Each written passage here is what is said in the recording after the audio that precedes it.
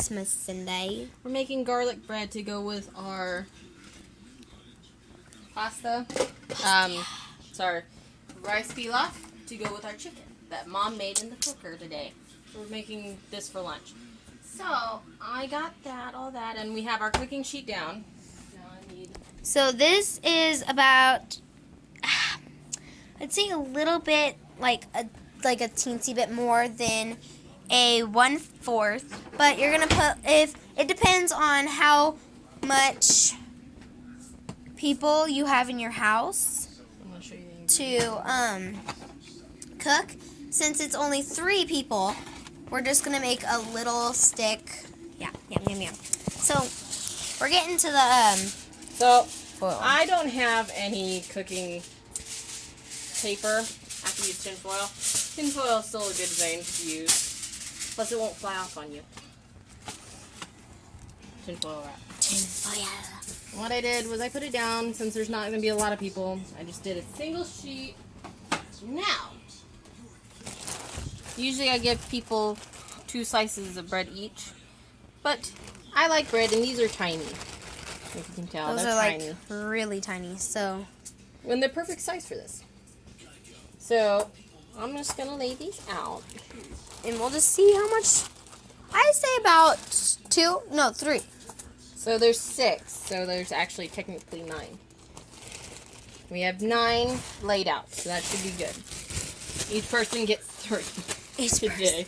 Each person gets 3 today. It's our cheat day. It looks like. Yeah. Okay. And we're using this kind of bread. It's a sourdough or French bread, whatever kind of bread you prefer your garlic bread on.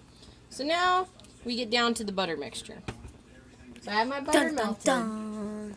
And what I do is I get out some, I like to make my own. And I got some parsley. I like parsley. And I got some basil.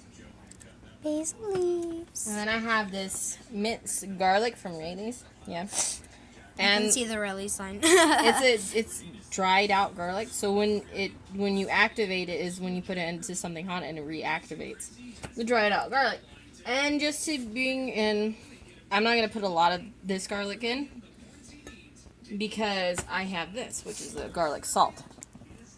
So I don't need a lot of this. This only is just for like to give that texture. So if you have a different oven, Cindy, what would you think that you'd have to preheat it to? Well, mine, because these are hard, they're really sturdy bread, I usually just boil it, which is basically your oven should have a broiler, and it's the broiler setting, and it's basically you're toasting the bread. I need to be right here. I forgot my trusty Big face. I forgot my trusty brush. And here is my trusty brush. There's my pizza cutter. Or handy dandy trusty brush. That's not my trusty brush. My trusty brush is actually a brush, which is right here. Her trusty brush. So is this soft or hard for the trusty brush? What do you mean? Like, is it like rubber? It's rubber. Sorry. My trusty brush is rubber. So what I'm going to do is what my mom showed me is like for our hand size, because it depends on the person's hand size, is in here, for me, about this little area is a teaspoon in my hand. So I just go, and I have to go on the other side. So that's as much as I'm going to put in there. I would put a little bit less, but I put too much in my hand. So what you do is you're going to grind it between your hands and let the loose stuff that you just grind it drop out of your hands and into the bowl. Or measuring cup, whatever you have. Mix that in there.